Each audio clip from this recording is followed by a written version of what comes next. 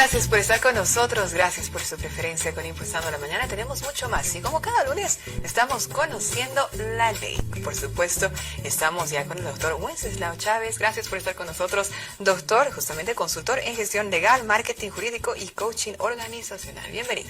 Muchas gracias, muy buen día. Estamos prestos, por supuesto, para conocer la ley en este lunes.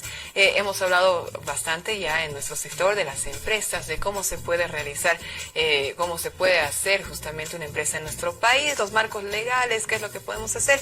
Pero si cambia esta empresa, doctor, podemos cambiar justamente los horarios, cambiar las funciones, tener todo eso en cuenta, el lugar también de trabajo. ¿Cómo podríamos comenzar con eso? Bien, la ley boliviana establece de que sí, o sea, la respuesta corta es sí se puede, pero hay condiciones, ¿verdad? Primero que nada, debe existir un acuerdo entre trabajadores y empleadores, ¿verdad? Y no debe vulnerar derechos laborales, de ninguna manera. Tampoco debe ser arbitrario, ¿correcto? Entonces, si se puede las condiciones del trabajo, ¿verdad? Sobre lo que se puede modificar es tiempo de trabajo, horario de trabajo, el tipo de trabajo que realiza, ¿verdad? Pero por ninguna razón, por lo menos la sentencia constitucional 354-2024 S4 prohíbe que se modifique el salario. Pero obviamente hay una contradicción, ¿no? Porque se dice que se puede modificar el tiempo de trabajo. Entonces ahí es donde los empleadores tienden a tener un conflicto, ¿verdad?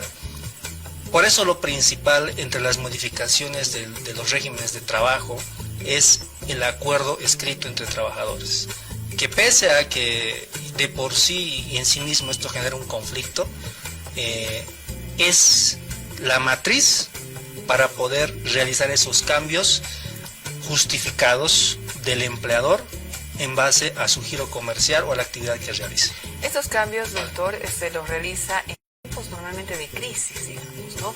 Entonces, ¿cuáles podrían considerarse esos tiempos de crisis para generar estos cambios laborales? Uno de ellos puede ser tiempos de crisis, como tú lo dijiste, pero también puede ser en función de la necesidad del giro comercial. Por ejemplo, vamos a ir en el caso de tiempos de crisis, como el que ha pasado recientemente, ¿verdad? De los bloqueos. No había manera de poder generar movimiento, entonces las personas han visto por conveniente, empleadores han visto por conveniente modificar esos tiempos, ¿verdad? Tiempos de trabajo, lugares de trabajo, incluso migraciones, ¿correcto? A otras ciudades. Correcto, ¿verdad? Entonces, todo cambio que realice una empresa, todo cambio que modifique, tampoco puede ir en relación a modificar el tiempo excesivo de traslado, ¿verdad?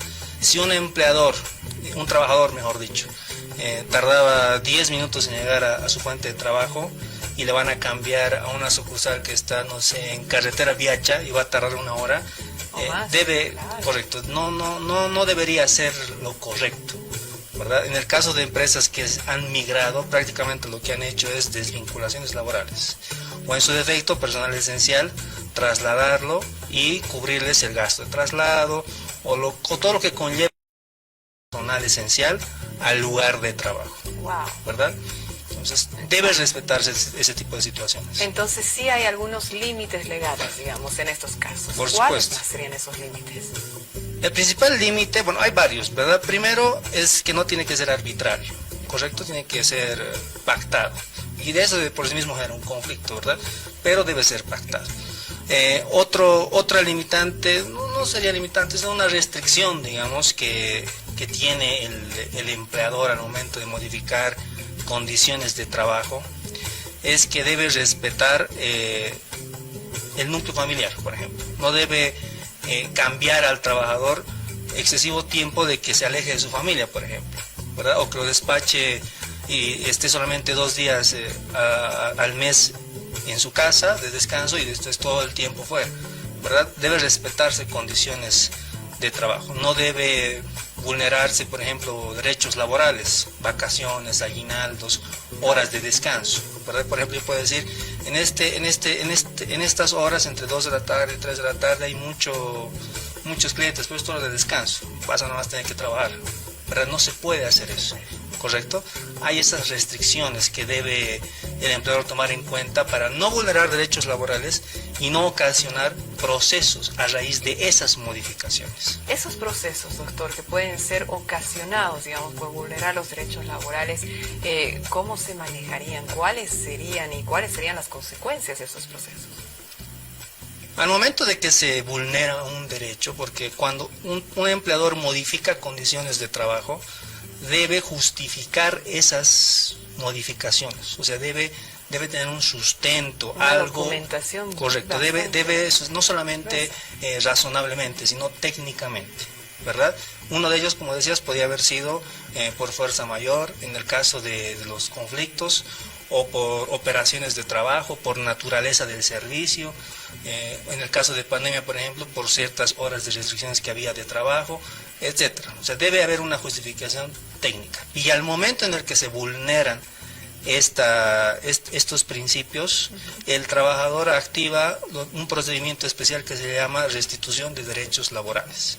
Es la ley 1468, donde cualquier persona, un trabajador que se sienta lesionado en sus derechos, puede acudir primero al Ministerio de Trabajo vía administrativa para hacer restituir aquello lo que se le ha quitado, ¿verdad? Un ejemplo. Digamos que este trabajador ganaba 3.000 bolivianos. Le han dicho, por este tiempo vas a trabajar medio tiempo. El trabajador forzado dice, bueno, acepto. Luego tal vez se hace asesorar, ¿no? Y dice, no, han vulnerado tu derecho al trabajo porque te han bajado el salario y eso no se puede. Porque debe respetarse el principio de progresividad del derecho laboral, la estabilidad laboral, ¿verdad? Entonces el trabajador lo que hace es ir al Ministerio de Trabajo, solicitar una restitución de derechos laborales a las mismas condiciones antes de ser modificado. Las pactadas, digamos. Correcto, y eso puede ir inclusive hasta juicio, ¿verdad? En una ejecución coactiva de estos derechos laborales. Es por eso importante para los empleadores hacer estos acuerdos dentro del marco de la ley. Y además esos juicios, doctor, duran muchísimo. He visto yo algunos casos, especialmente en los medios, cuando esos juicios tardaban incluso 4 o 5 años. Entonces, exhaustivo tanto para el empleador como para el ex empleado en este caso. En este caso de las ejecuciones coactivas no son tantos años, pero sí toma su tiempo, porque es la etapa administrativa, la etapa judicial y la etapa de recursos que puede presentar cualquier empleador, y eso puede tomar unos 2 años, tal vez hasta 3, dependiendo del tipo y la complejidad del proceso. Pero en sede administrativos, en el Ministerio de Trabajo durará unos 6 meses, 8 meses, dependiendo si es que se llega hasta la última instancia, ¿verdad? Hasta el recurso que se presente en el Ministerio de Trabajo. Luego se va a la vía judicial y etcétera, etcétera, etcétera, ¿verdad? Y continúa, ¿verdad? Dependiendo la naturaleza del proceso.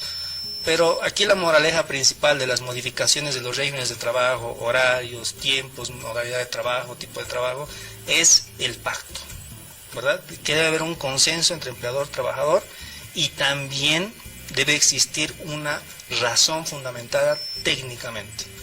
Claro, no puede ser de la nada, como dicen, ¿no? Correcto, y estos acuerdos deben ser escritos, ¿verdad? Y en casos específicos inclusive un adendum al contrato, de ser necesario, ¿verdad? Cuando existen estas modificaciones que van a ser de aquí a posterior, ¿verdad? Entonces, ese tipo de acuerdos es un blindaje legal tanto para el empleador, que va a respetar esa fuente de trabajo y el comercial, como para el trabajador y sus derechos laborales. Entonces, ese tip, digamos, tanto para el empleador como para el empleado, es tener siempre la documentación bien respaldada, bien hecha, y para ambos lados, así todos tranquilos.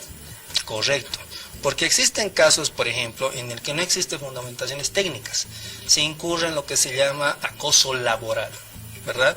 Cuando se dice coloquialmente, yo me agarro contigo. Claro.